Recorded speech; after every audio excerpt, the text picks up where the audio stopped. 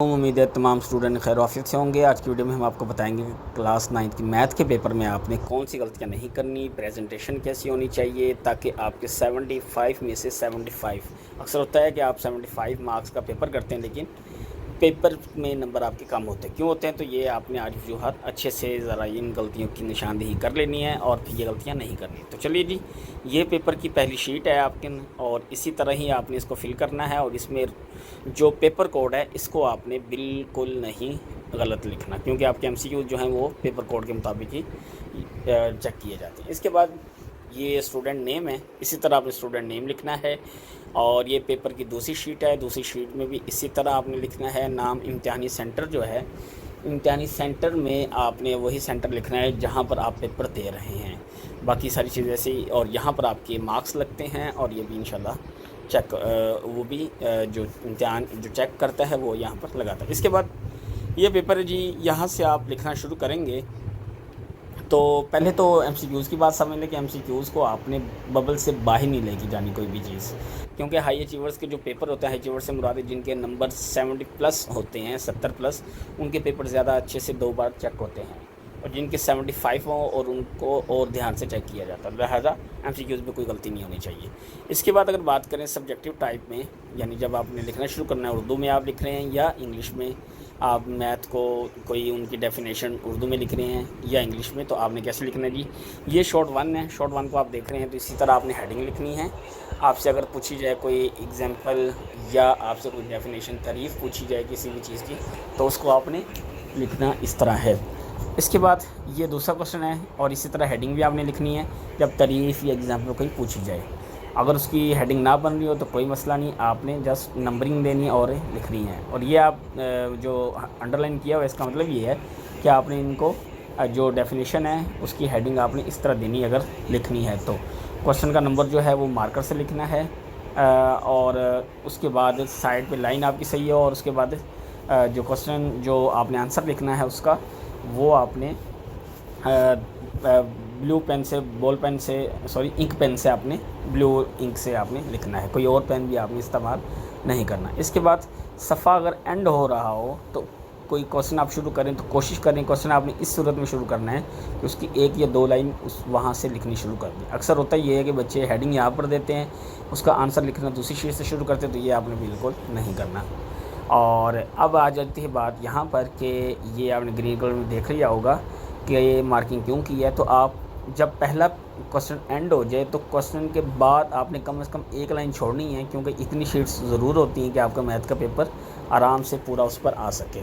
तो आपने ये क्वेश्चन जो है इसका 1 लाइन छोड़कर इसका आंसर लिखना है। इसके बाद आगे जाएँ तो क्वेश्चन अगर एक मुकम्मल हो चुका है तो फिर क्वेश्चन 3 या क्वेश्चन 4 आप शुरू कर रहे हैं, तो आपने कोशिश करनी है कि क्वेश्चन 4 जैसे ये अब शुरू किया है तो एक तो इसमें कटिंग नहीं होनी चाहिए, दूसरा ये क्वेश्चन 4 आप नेक्स्ट पेज से शुरू करें, उस पेज से ना शुरू करें। अगर उस पेज से शुरू करें तो फिर तो ये माशाल्लाह जो हेडिंग बड़ी प्यारी बनाई गई है मार्कर के साथ, तो इस तरह हेडिंग होनी चाहिए आपकी ताकि सही तरह क्लियर हो। लेकिन कोशिश करें कि इसको नेक्स्ट पेज से शुरू करें। और इसमें फिर आपकी साइड वाली मार्जिन लाइन भी आपकी अच्छे से होनी चाहिए, हेडिंग इसी तरह की क्वेश्चन की होनी चाहिए। और मोस्ट इम्पॉर्टेंट, आपने कटिंग नहीं करनी किसी भी क्वेश्चन में, ख़ासकर मैथ के पेपर में। मैथ के पेपर में आपने कटिंग नहीं करनी, इसमें कटिंग की बिल्कुल माफ़ी नहीं। अगर कटिंग से मुराद ऐसी कटिंग कि आप उसकी जगह दोबारा फिर लिख रहे हों, ये वाली कटिंग आपने बिल्कुल नहीं करनी। इसके बाद ये क्वेश्चन 3 है। क्वेश्चन 3 ये बहुत अच्छा किया कि नेक्स्ट पेज से शुरू किया, तो आपने भी नेक्स्ट पेज से ही शुरू करना है। लॉन्ग का भी हम आपको बताते हैं जी स्टूडेंट। ये क्वेश्चन 3 नेक्स्ट पेज से शुरू किया है, हेडिंग बहुत प्यारी बनी है, आपने भी इसी तरह ही बनानी है।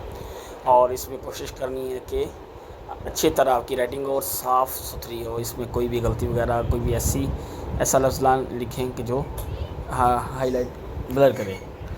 चलिए जी, अब नेक्स्ट लॉन्ग की तरफ जाएं तो लॉन्ग क्वेश्चन आपने ये बिल्कुल अच्छा किया कि नेक्स्ट पेज से ही शुरू किया है, तो नेक्स्ट पेज से ही आपने शुरू करना है। और उसके बाद क्वेश्चन का जो आपने पार्ट लिखना है, क्योंकि लॉन्ग में 2 पार्ट होते हैं, तो ए और बी, तो आपने ए लिखना है तो ए की आपने हेडिंग लाजमी देनी है, बी लिखनी है तो बी की लाजमी देनी है, ठीक है। और ये पार्ट 2 होता है लॉन्ग का। शॉर्ट जो होते हैं वो पार्ट 1 होता है और लॉन्ग जो होते हैं वो पार्ट 2 होता है। तो क्वेश्चन का नंबर दिया, क्वेश्चन नंबर 7 है और ए। इसी तरह फिर क्वेश्चन 5 है, क्वेश्चन 5 का बी पार्ट पहले आता है तो बी आप पहले लिख दें और ए बाद में, तो ए तो कम से कम एक लाइन का फ़र्क ज़रूर रखें। इसके बाद पार्ट 3 कौन सा जी? पार्ट 3 दूसरा एक लॉन्ग क्वेश्चन, वहाँ से आपने कोई एक करना होता है, 2 में से एक। तो अक्सर स्टूडेंट क्या करते हैं जी, पहले 3 में से 3 कर लेते हैं, कहते हैं जी आगे 2 में से, क्योंकि 5 में से 3 करने होते हैं। तो 5 में से 3 इस तरह करने होते हैं कि एक लॉन्ग एक जो हिस्सा होता है लॉन्ग का, वो 3 क्वेश्चन उसमें होते हैं लॉन्ग, उसमें से आपने 2 करने होते हैं, और एक लॉन्ग का हिस्सा 2 होते हैं, उसमें से 2 में से एक करना होता है। तो ये आपने लाजमी रखना है। तो पार्ट 3 में 2 लॉन्ग होंगे तो 2 में से आपने एक करना है लाजमी। तो इसी तरह फिर क्वेश्चन 9, आप हेडिंग भी क्वेश्चन 9 है, ये क्वेश्चन 8 है, और ए या बी में से जो भी आपको पार्ट आता है आप पहले इसकी हेडिंग लिखें और उसको आगे लेकर जाएं। इसी तरह बी पार्ट। उम्मीद है यहाँ तक आपको कुछ ना कुछ समझ आ गई होगी और पेपर आपका इंशाल्लाह ताला बहुत अच्छा होगा। इसी पैटर्न को आपने फॉलो करना है और यही पेपर पैटर्न था। इसी तरह आपका पेपर आएगा इसी पैटर्न पर, और इसी तरह आपने पेपर को अच्छे से करना है, इन गलतियों को दूर रखें। ठीक है, उम्मीद है काफ़ी कुछ आपको समझ आ गया होगा। जाते हुए आपने सब्सक्राइब लाइक आपने लाजमी करना है, यही वो फेवर जो हमें आपकी तरफ से मिलती है। दुआओं में याद रखिएगा। अल्लाह हाफिज़।